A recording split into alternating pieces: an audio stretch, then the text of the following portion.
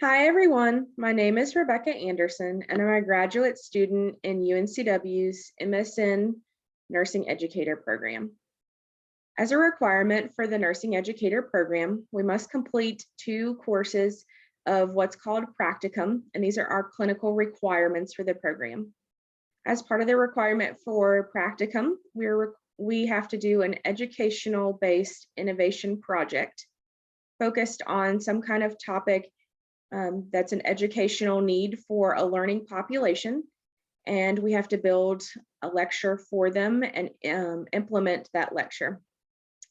For my project, I have my preceptor as Dr. Reed, who is your population and community health instructor.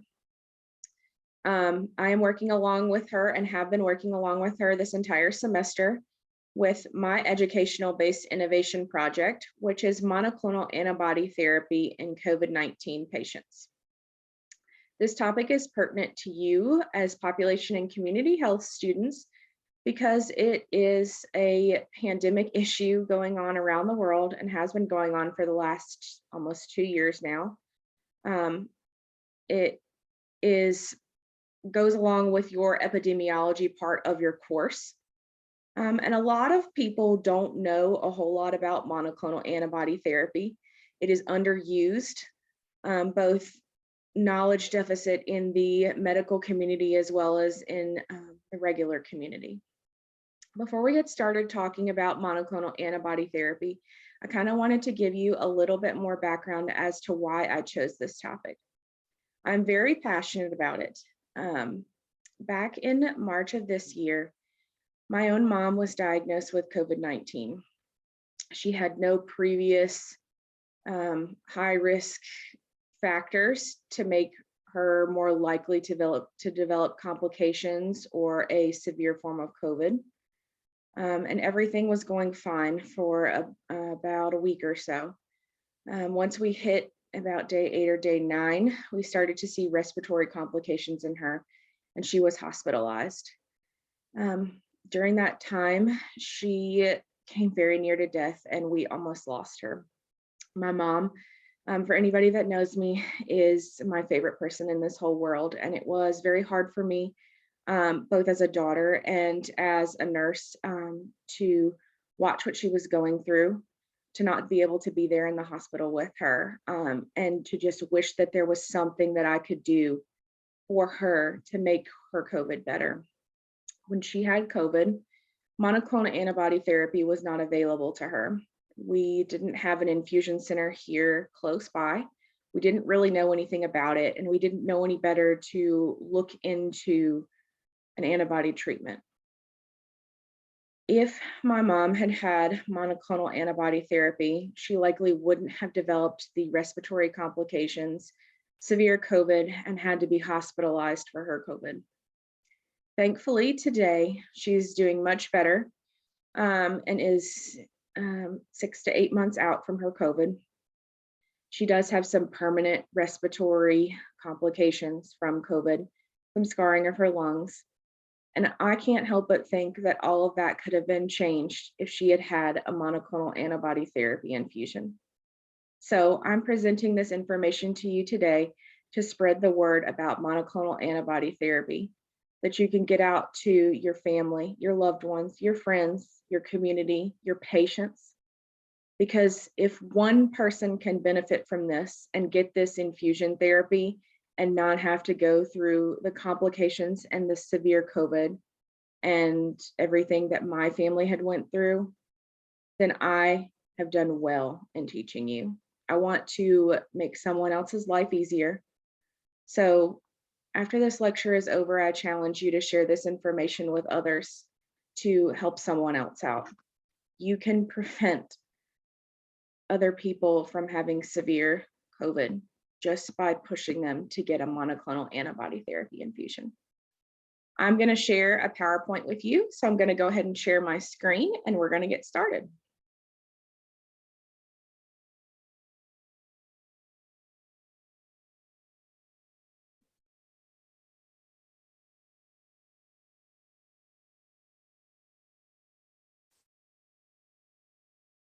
This PowerPoint is going to be available to you on Canvas as well. So you're going to be able to see this if you want to review it later prior to your quiz. So monoclonal antibody therapy in COVID-19 patients. We can't really get started talking about monoclonal antibody therapy without first talking about COVID-19. So COVID-19 is caused by the SARS-CoV-2 virus. It first came along in November, December of 2019 in Wuhan, China. The incubation period for COVID is anywhere from 2 to 14 days after exposure to the virus. It is both considered an airborne and droplet transmission. This is indeed why it is so incredibly contagious. It can spread more than 6 feet. Diagnosis for COVID is made through nasal swab testing. We have both antigen testing and PCR testing available for COVID-19. Your antigen testing is your more rapid testing. It's the ones that you can find like in the drugstore, but some also facilities do these as well to get a quick turnaround. Now, antigen testing doesn't necessarily indicate that a patient is COVID positive. It can indicate that there was an exposure, but if you have a positive antigen test, you should really get a PCR test. That is our definitive testing for COVID. A positive PCR test would indicate a confirmation of COVID diagnosis. Now, in September of this year, about 200,000 new cases of COVID were diagnosed. And of those 200,000 cases, approximately 100,000 of those were hospitalized. That's 50% of COVID patients in September. Now, I want you to start thinking, what could we do to lower this number? Signs and symptoms of COVID. So your main symptoms are going to be flu-like symptoms. These are things like fever, chills, cough, headache, congestion, sore throat, muscle aches, fatigue. We also see things like shortness of breath, chest pain, that hallmark COVID sign as loss of taste and smell, and GI symptoms such as nausea and diarrhea. As you can see, since symptoms are so similar to the flu, a lot of times people don't really recognize that they have COVID. They may think that they have a simple cold, the flu, and then there's really no need to worry about it. But this is also why it's so contagious and dangerous, because people just don't quite realize that this is what is going on. Now, how can we prevent COVID? A couple of ways that we can prevent it is practicing hand hygiene. So that includes hand sanitizer, washing hands, following appropriate PPE protocols when taking care of patients, etc. Wearing a mask, whether that be a surgical mask or cloth mask when in public, or when taking care of patients, a surgical mask. When taking care of COVID patients, an N95 capper or other approved appliance for use with those airborne particles. Social distancing, that means keeping at least 6 feet away from others when in public. And our biggest prevention against COVID and development of severe COVID is vaccination. There are 3 vaccines available for COVID now: Pfizer, Moderna, and Janssen. Pfizer is a 2-step vaccine, as is Moderna. Those are going to be taken a couple of weeks apart. Janssen is just a one-step vaccine. All three of these vaccinations now have boosters. So a couple of months down the road, when your vaccine is a little bit older, you may want to get a booster shot to kind of make it stronger and to work better against the prevention of COVID. Treatment options for COVID. So there are a couple of treatment options for COVID. Hospitalized patients may receive things like antivirals to kind of help the body hopefully clear COVID a little faster. Steroids may be introduced as a treatment, especially to fight the inflammation that COVID causes in the body. Dexamethasone is typically the #1 choice and NIH recommended for treatment in COVID patients. It does absorb by the lungs a little bit better, so that inflammation that COVID causes in the lungs can better be treated by dexamethasone than some of the other steroids available. Occasionally, steroids are prescribed to outpatients, but not so much as those that are hospitalized. Monoclonal antibody therapy is our #1 treatment that so many people do not know about for COVID. It is paid for by the government, so the only cost to a patient is just the treatment cost. The drug costs nothing. This is the treatment that I really want to focus on today. Although one other thing is that more often than not, non-hospitalized patients are treated for symptoms only. So they may be given cough medicine, an inhaler for things like shortness of breath, or antibiotics if they develop some kind of secondary bacterial pneumonia caused on top of the COVID. Knowledge check question. Which of the following are treatments for COVID-19? Select all that apply. Antivirals, steroids, COVID vaccine, or monoclonal antibodies. I'll give you just a moment.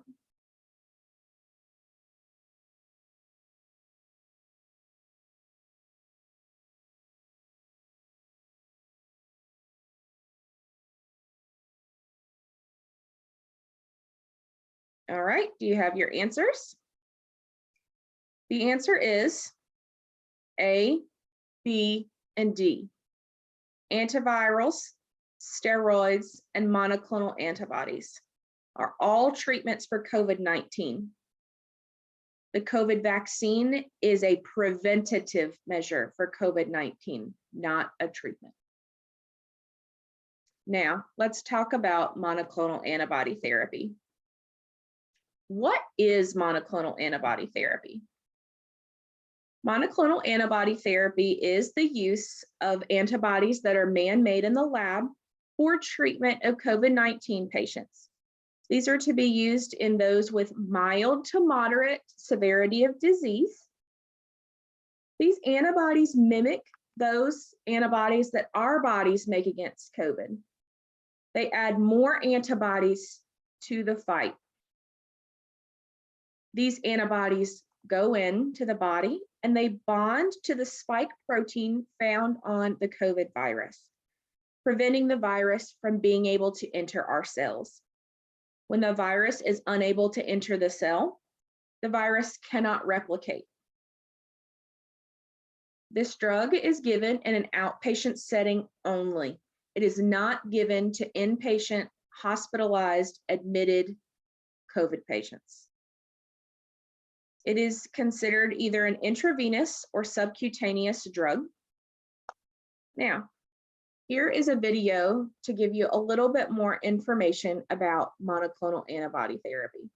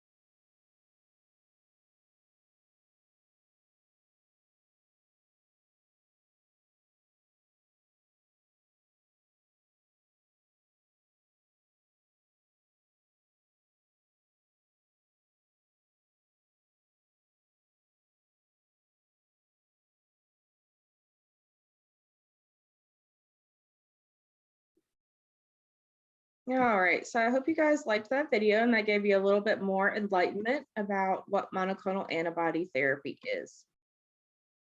Now, types of COVID monoclonal antibodies. COVID monoclonal antibodies are not FDA approved. They are not approved. However, emergency use authorization was issued by the FDA in November of 2020. This means that the FDA did authorize these drugs to be used in the treatment of COVID patients. These three forms of antibodies are used for monoclonal antibody infusion and injections. Lilly, GlaxoSmithKline, and RegionCove are the manufacturers of these. The most common one you will see is RegionCove. Knowledge check. Monoclonal antibody therapy can be administered via which of the following routes? Select all that apply. A, intramuscular. B, subcutaneous. C, rectal. D, oral. E, intravenous. I'll give you just a minute.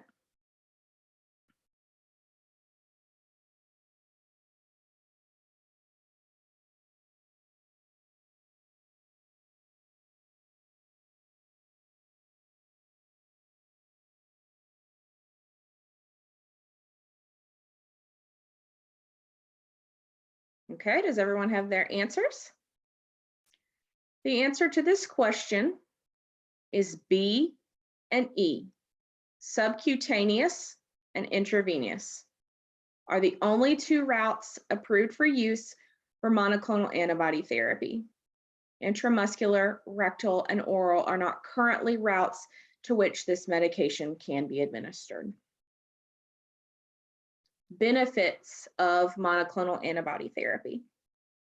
Recently, a new study was published after phase 3 trials of RegionCove, one of the monoclonal antibody therapies, were completed. This study was published in late September of 2021 in the New England Journal of Medicine. The study showed that monoclonal antibody therapies are at least 70% effective against prevention of severe COVID and hospitalization of COVID patients. The study went on to further reveal that monoclonal antibody therapy infusion of RegionCove reduces the risk of severe disease, reduces the likelihood of a patient to be hospitalized due to COVID, reduces mortality around any cause that COVID may bring. It reduces the viral load in patients and can reduce symptoms. This is how it defends against complications from COVID. Complications from COVID tend to happen during the second week of symptoms. So it's important for patients to try and get this treatment as early as possible. We say the earlier the infusion, the better off the patient will be to try and prevent complications and hospitalization. While patients receiving monoclonal antibody therapy may or may not have symptom relief 24 to 48 hours after infusion, the antibody should still be working to prevent complications and progression of disease. So if you're not seeing complications and progression of disease, that's how you really know the antibodies are working and doing their job. Eligibility requirements. Now, what makes a patient eligible for monoclonal antibody infusion? So, as you would suspect, a patient must be COVID positive to be eligible. Patient preferably needs to be within the first 10 days of onset of symptoms for the antibodies to be able to do their job. Remember, we talked about that second week after symptoms start is when we start to see COVID progress to more severe symptoms, and that's when a patient can be hospitalized. So we want to try and get that infusion in there prior to that to stop that from happening. In addition to these things, one of the following criteria has to be met. Age. So a patient to qualify for the age eligibility must be 65 years or older. Now, that doesn't mean that we don't give the infusion to those under the age of 65, but if someone is of the age of 65 or older, that is the only requirement that they must meet. They don't have to meet an underlying health condition or anything like that. They automatically qualify for the infusion. All right, then overweight patients meet that requirement, and that is overweight patients with a BMI or body mass index over 25. Okay, and then underlying health conditions. So what do we consider underlying health conditions? That would be pregnancy, chronic kidney disease, those that would be on dialysis, diabetes, both type 1 and type 2, patients with a weakened immune system, that may be cancer patients, or those with autoimmune disease, etc. Those currently receiving immunosuppressive treatment, such as organ transplant recipients, cancer patients, autoimmune patients, etc. Cardiovascular disease, such as coronary artery disease, hypertension, those with a history of myocardial infarction or heart attack, etc. Those with chronic lung disease, such as COPD or chronic obstructive pulmonary disease, pulmonary fibrosis or interstitial lung disease, asthma, etc. Sickle cell disease, neurodevelopmental disorders, such as cerebral palsy, and those with medical-related technological dependence, such as insulin pumps and those kinds of things. Again, this must be completed as an outpatient procedure. Hospitalized COVID patients are disqualified from receiving monoclonal infusions. Other than being hospitalized, the one other disqualification, at least at the clinic that I was working at for COVID, for the COVID infusion, was oxygen therapy. We were not allowed to provide oxygen therapy to or provide monoclonal antibodies to those who were already on oxygen therapy because it was such a high risk for complications. Now we're going to discuss the infusion process of monoclonal antibody therapies. When doing research on my project, I was given the wonderful opportunity of not only interviewing a infusion nurse, but also being able to go to an infusion clinic and shadow that nurse and get to see really all the happenings and behind the scenes of what goes on with monoclonal antibody infusion therapy. It was absolutely an incredible experience to be able to get that hands-on research and observation. And so I am sharing the infusion process from the clinic that I shadowed and from the discussion and interview with the infusion nurse. So infusion process really starts with admission to the clinic. Patients are scheduled for an appointment, and so they show up at the clinic. They pull up in a parking space and they call the phone number that's on the parking space. That calls into the clinic, and one of the nurses picks up the phone, getting them kind of registered over the phone, and then one of the nurses comes out and meets them at the door or at the vehicle, depending on how weak or their ambulatory needs, and gets them into the building. Now, bare minimum, at one time, there must be at least 2 nurses within the clinic taking care of patients. No nurse can be left by herself. So to get started, we start with getting a set of vital signs on a patient so we can kind of see their baseline, make sure they're going to be okay to receive an infusion for the day, and go through some interview questions such as when their symptoms started, when their COVID test came back positive, and what kind of symptoms they've been having and what kind of disease processes, et cetera, they have that qualify them to meet the requirements for the antibody therapy. Once all of those questions are answered and vitals have been obtained and are stable, we get an IV started. At this point, pharmacy would have delivered a dose of the antibody therapy to us, and we would have spiked that bag, getting the line primed and the air out, ready to go and hooked up to the IV.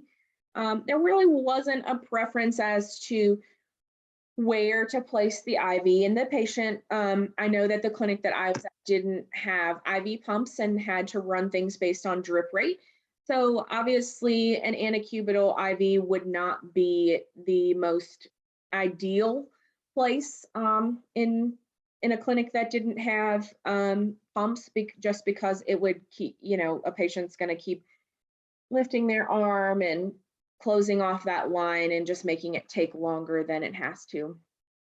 So placing it in the hand or the wrist or the forearm may be the best.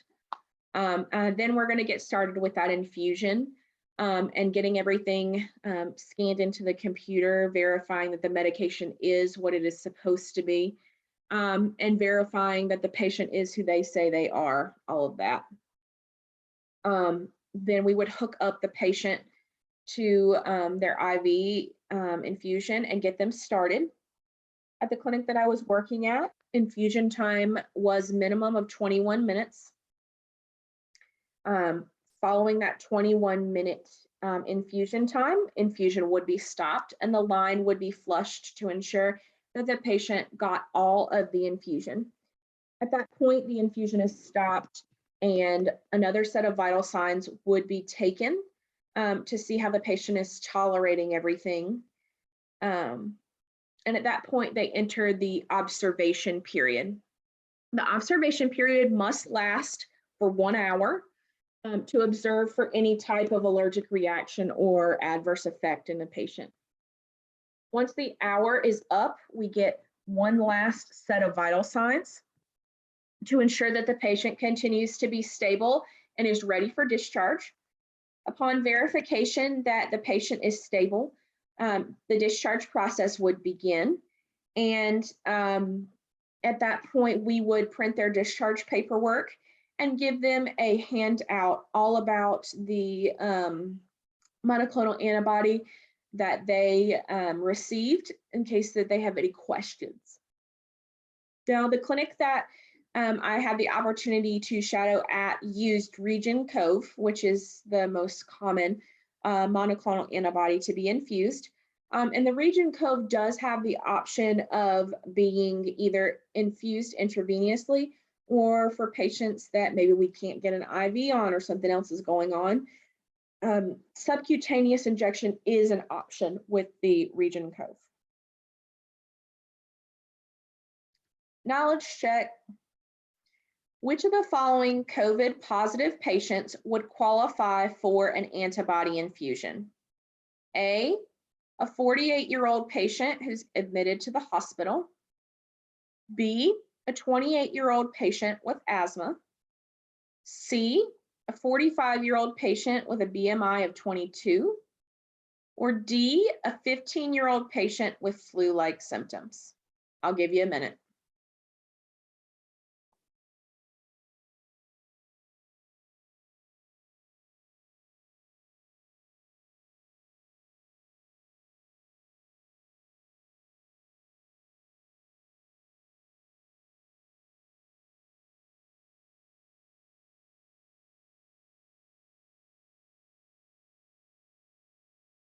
All right, do you have your answer? The answer to this question is B, a 28-year-old patient with asthma. If you recall, when we talked about eligibility requirements, Respiratory disease was a eligibility factor, and asthma does fall under that. Now to go over the other answers. A 48-year-old who is admitted to the hospital. So patients that are admitted to the hospital are disqualified from the ability to receive a monoclonal antibody infusion. C, a 45-year-old patient with a BMI of 22. We talked about overweight was an eligibility availability, but BMI must be greater than 25. And a 15-year-old patient with flu-like symptoms, there's no eligibility here. They're just having flu-like symptoms just like any other COVID patient. Side effects from the monoclonal antibody infusions. So side effects are incredibly rare, and we really don't see them often in patients who receive this therapy. Now, in the clinic that I was working in, the most common effects that they did see, which were still very rare, but the only ones that they had noticed in patients during the time that we were giving infusions was nausea and hypotension, with hypotension being more common than anything. When patients got nauseated, they had the ability to give them Zofran to kind of help along with that. And when patients were hypotensive, elevating their legs, laying them back in the recliner, frequent vitals check usually did the trick to combat that reaction from the infusion. Other side effects that have been seen in patients, but not at the clinic that I was at, are fever, flushing, and allergic reaction. And again, these side effects are very rare and are not seen often in patients that have the infusion. So how does a patient go about getting an infusion? Well, first of all, they're going to have to test positive for COVID, either on an antigen or PCR test. Now, remember we talked about PCR tests are more definitive, so that would be preferred, but that's not to say that we can't go off of a diagnosis made on an antigen test. So in order to get an infusion, a referral is needed from a provider. The clinic that I shadowed at had a form that providers had to send in that kind of gave the patient's information and authorization for them to receive the infusion, as well as kind of a little bit of information about the patient and what made them qualify for that infusion. This provider could be an emergency physician in the ER. It could be an urgent care physician, or it could be a primary care physician that the patient has gone to see. Obviously, we want to encourage that these patients to go see their primary care, but not everyone has one of those. Following that and receival of the referral by the system, the patient must be scheduled for the infusion. Some places have multiple infusion therapy sites, but we want to try and get these patients in as soon as possible within the next day or two from their referral, so that we can get this infusion into their system and hopefully prevent severe complications and hospitalization from the COVID. Where can a patient get an infusion? On this slide, you're going to see two different hyperlinks. Both of these will take you to a website, two different ones. I'm going to show you one now.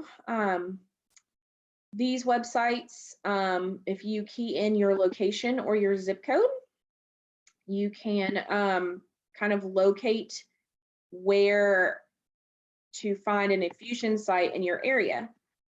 So I live in Wilmington, so let's look and see within 30 miles all the places that are offering this infusion. So as you can see, I'm going to zoom out on the map. We got quite a few places that are offering this infusion here in the Wilmington area. So this is something that you can also share with your patients. It's easy and patient friendly as to how to find infusion centers. now. The top one is also a very similar mechanism of just going in and entering your zip code and being able to find locations that offer the monoclonal antibody infusion. This is some resources that you can use to further your knowledge about monoclonal antibody therapy. You can read about while you're studying for your quiz, or if you just are curious and want to learn more. You can visit all of these websites. The bottom website is the link to the article in the New England Journal of Medicine, the phase 3 study that we talked about earlier in the lecture, that discusses the benefits of the monoclonal antibody therapy infusion of Region Cove, and all of the things that came from that study.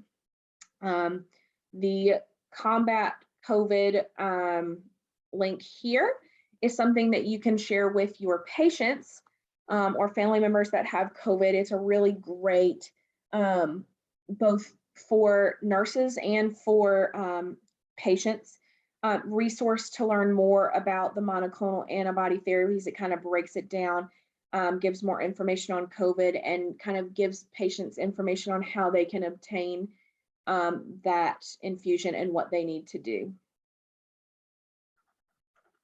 That completes our PowerPoint and lecture. I hope that you learned a lot from this lecture, and I hope that you enjoyed listening to me talk about monoclonal antibody therapy in COVID patients. Make sure that you study your PowerPoint and take a look at some of those resources prior to taking your quiz. I really appreciate everybody watching this and being willing to take part in this project. I hope that you will share this information with your family members, your friends, your loved ones, your patients, and everyone as we push to get further education out into the community about this monoclonal antibody therapy, and hopefully prevent other people from severe COVID, hospitalization, and even death related to COVID. Just remember that you could be the difference between someone knowing about this infusion and being able to get it and stopping them from being hospitalized and them not knowing. Thank you for coming to my lecture, and have a great day.